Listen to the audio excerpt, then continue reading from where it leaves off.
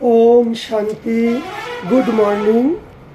আজ 11/1/2025 মধুবন শান্তিবন থেকে বাপ-দাদা বলছেন, ও আমার মিষ্টি বাচ্চারা, যোগ আগুনের সমান, जिसमें তোমাদের পাপ কর্ম সব ভস্ম হয়ে যায়, জ্বলে যায়, আত্মা শতপ্রধান হয়ে যায়। এই জন্য নিরন্তর এক বাবাকে স্মরণ করো। প্রত্যেকটি কর্মযোগী হয়ে করো। শুধু একা নয়, আমার সাথে ভগবান আছে। ভগবানকে সাথে নিয়ে যে কর্ম করব সেটাই হলো শ্রেষ্ঠ কর্ম। শ্রেষ্ঠ কর্মের দ্বারাই আমাদের শ্রেষ্ঠ ভাগ্য তৈরি হবে। তাই ভাগ্য বিধাতা বাবা এসছেন জন্ম জন্মান্তরের জন্য, শ্রেষ্ঠ ভাগ্যকে বানাবার জন্য। এই জন্য যে কাজ করো বাবা, আগে বাবা, আমি আর বাবা বলছি, তাও বাবা। কাউকে দেখছি, বাবাকে সাথে নিয়ে দেখছি। শুনছে কোনো কথা, বাবা এর কথা শুনে ফেলেছে, কোনো খারাপ কথা শুনিনি তো, অ্যাটেনশন থাকবে। তাহলে আমাদের দ্বারা আর কোনো ভুল হবে না। বাবাকে সাথে রাখলে, না বাবা সাথে আছে, আমার ভুল কাজটা দেখে ফেলেছে, আমি আর ভুল করব না, অভুল হতে হবে। 63 জন্ম ধরে ভুল করে এসছি, এটা লাস্ট জন্ম। এখন যদি ভুলকে যদি না শোধরাই, তাহলে ধর্মরাজে সাজা খেতে হবে। এই জন্য নিরন্তর ইয়াদ করো।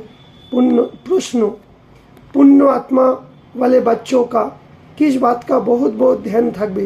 যারা পুণ্য আত্মা হবে সেই বাচ্চাদের কোন কথার উপর অনেক ধ্যান রাখবে? উত্তর, পয়সা কাউকে দান করে দেওয়া। হ্যাঁ, এই বাত পর পুরোপুরি অ্যাটেনশন দাও। কারণ আজকাল দেখো যারা ভিখারি আছে তারাও লাখো লাখো কোটি কোটি টাকার মালিক। তারা ব্যবসা শুরু করে দিয়েছে। এই জন্য কোনো কাউকে পয়সা গরিবদেরকেও দান করবে না। গরিবদেরকে সবাই বলে গরিবদের দান, সেই পয়সা দিয়ে যদি কিছু মদ খায়, জুয়া খেলে কি করবে? সেই জন্য বাবা বলছে এই বাত পর ধ্যান রাখো। যদি কাউকে পয়সা দাও, সে যদি গিয়ে মদ খায়, বিড়ি সিগারেট খায়, খারাপ কাজ করে, তাহলে সেই পাপের ভাগ তোমার উপরে এসে যাবে।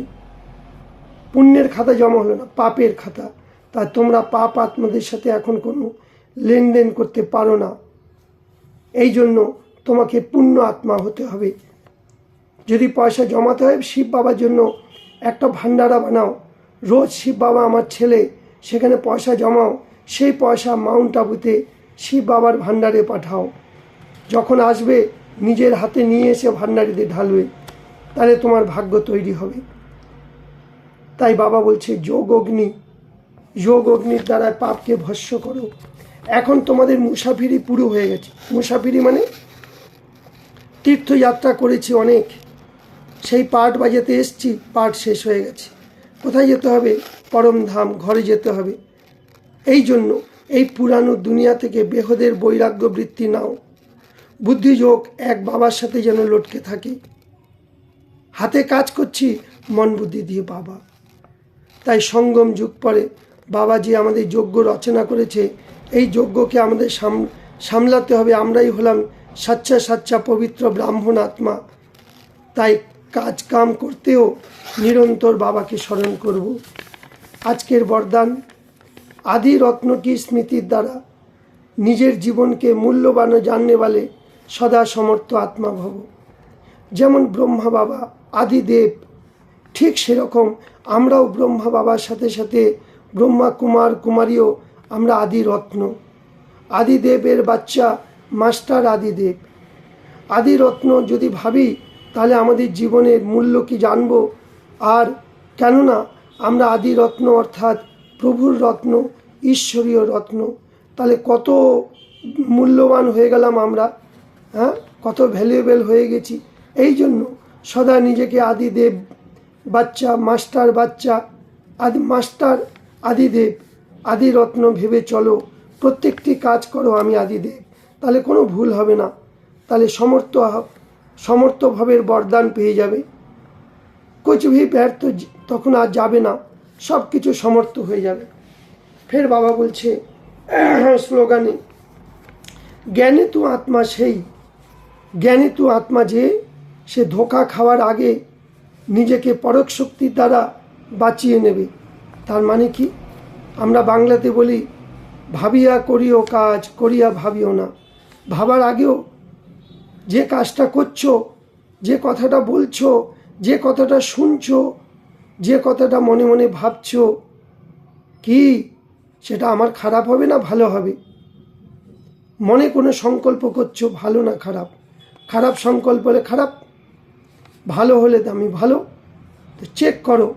বলার আগেও ভাবো আমি মুখ দিয়ে কি বলছি, ভাবার আগেও ভাবো আমি কি ভাবছি, ভালো না খারাপ। কেউ তোমাকে বাজে কথা শোনাচ্ছে, সে শোনার আগেও ভাবো আমি কি শুনছি, ভালো না খারাপ। এইভাবে যদি চলি তাহলে আমরা কোনোদিন মায়ের কাছে ধোকা খাবো না, আমরা সেফ থাকবো। ফের বাবা বলছে দুনিয়ার হালত এখন খুব খারাপ, তাদেরকে সাকাশ দাও, এখন সেবাতে সাকাশ দাও, বুদ্ধিওকে পরিবর্তন করার জন্য সেবা অ্যাড করো। ফির দেখো তোমাদের সফলতা তোমাদের সামনে এসে ঝুঁকবে। সেবাতে যে বিঘ্ন আসছে, পরিস্থিতি আসছে, সেগুলো থেকে ভয় পাবে না, তার থেকে শিক্ষা নাও। এই বিঘ্নটা কেন এসছে? নিশ্চয়ই আমার মধ্যে কিছু ভুল ত্রুটি ছিল। আগে নিজেকে চেক করো, যে বিঘ্ন পরিস্থিতির সমস্যা এসছে তাতে আমার কোনো দোষ নেই তো? আমি শিব বাবার শ্রীমত প্রমাণ চলেছি। তাহলে প্রত্যেকটা বিঘ্ন আমাদের শিক্ষা দিচ্ছে, সেই বিঘ্নের পর্দার পিছনে কল্যাণ লুকিয়ে আছে। এই জন্য মন, বচন, কর্ম শক্তি দিয়ে বিঘ্নের পর্দা হটিয়ে দাও, তাহলে দেখবে তোমার ভিতরের কল্যাণের দৃশ্য জেগে যাবে। কারণ এ ড্রামা কল্যাণকারী, সময় কল্যাণকারী, যুগ কল্যাণকারী।